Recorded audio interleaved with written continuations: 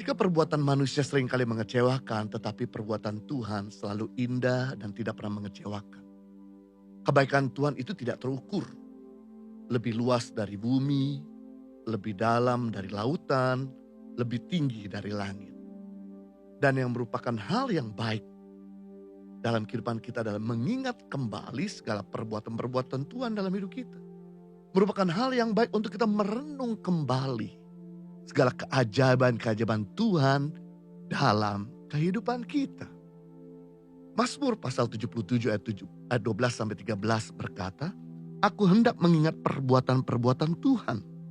Ya, aku hendak mengingat keajaiban-keajaiban-Mu dari zaman purbakala. Aku hendak menyebut-nyebut segala pekerjaan-Mu dan merenungkan perbuatan-perbuatan-Mu." Di saat pemazmur menghadapi masalah yang besar, masa depan yang tidak menentu, mereka menguatkan hati kepercayaan mereka dengan mengingat dan merenung perbuatan-perbuatan Tuhan yang pernah mereka alami, dan hal inilah yang membuat pemazmur tetap teguh berdiri di tengah-tengah badai kehidupan. Nah, saya mau bagi kepada kita semua ada 3 keuntungan kalau kita mengingat perbuatan-perbuatan Tuhan.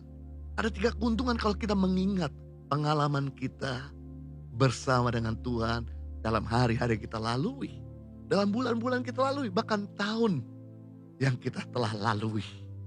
Yang pertama, keuntungan kalau kita mengingat perbuatan Tuhan membuat kita gak sombong. Mengingat kebaikan Tuhan itu menyadarkan kita dari mana kita berasal. Tanpa Tuhan tidak banyak yang pintar. Tanpa Tuhan tidak banyak yang terpandang. Tanpa Tuhan tidak banyak yang baik. Tanpa Tuhan kita zero. Tanpa Tuhan kita minus. Tanpa Tuhan kita nothing. Tanpa Tuhan hidup kita sia-sia. Wow. Tanpa Tuhan hidup kita nol. Kesehatan kita nol. Pekerjaan kita nol. Keluarga kita nol. Masa depan kita nol. Tapi dengan Tuhan ada tambah 1 angka di depan nol. Walaupun kita punya banyak nol, begitu ada 1 Tuhan di depan kita, maka bisa jadi 1 juta, 1 miliar, 1 triliun.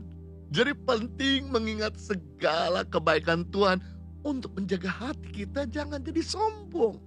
Semua yang kita miliki adalah anugerah Tuhan. Semua pencapaian kita adalah kasih karunia Tuhan. Semua keberhasilan kita ada karena Tuhan. Orang sombong adalah orang yang tidak pernah merenungkan kebaikan Tuhan. Dia selalu merenungkan dirinya sendiri.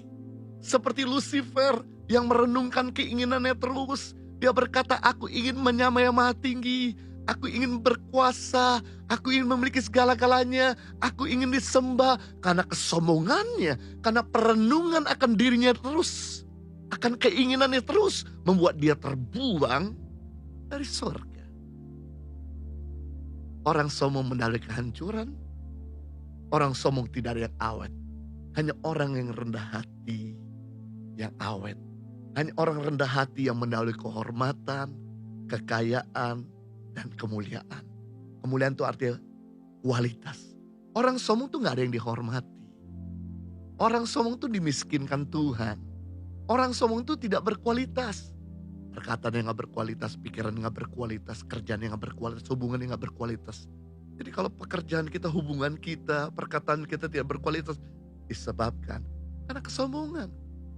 Kesombongan membuat hubungan kita jadi hancur.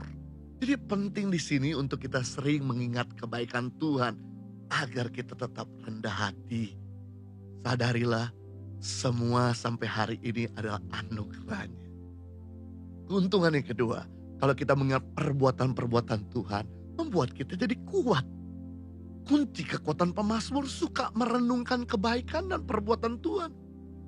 Suatu ketika hubungan saya sama istri dalam keadaan kurang baik. Kasih di antara kami mulai menjadi lemah.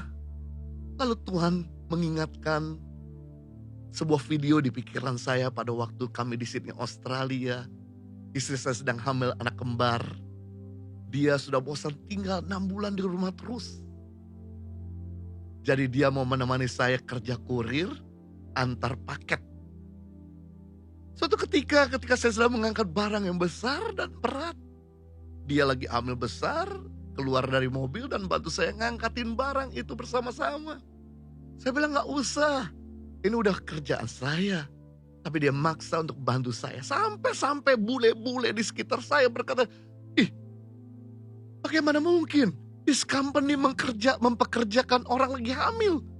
Saya bilang sama istri saya, "Udah, kamu kembali ke mobil." Tapi dia tetap paksa untuk mau bantu saya. Ketika saya diingatkan tentang perbuatan kebaikan istri saya dan pengorbanannya, ini yang membuat saya akhirnya jadi lembut hati. Kemudian kami bisa kembali mengalami pemulihan rumah tangga. Dan kemudian kita bisa kuat kembali menjalankan rumah tangga kami berdua. Wow, penting di sini untuk kita mengingat kembali kebaikan Tuhan. Jangan pernah melupakannya. Semakin kita mengingat kebaikan Tuhan, semakin kita kuat. Semakin kita jarang mengingat kebaikan Tuhan, semakin kita lemah.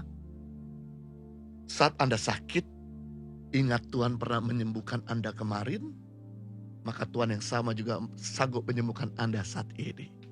Saat Anda berkekurangan, ingatlah Tuhan bisa menyediakan kebutuhanmu kemarin, maka Tuhan yang sama juga bisa menyediakan kebutuhanmu saat ini.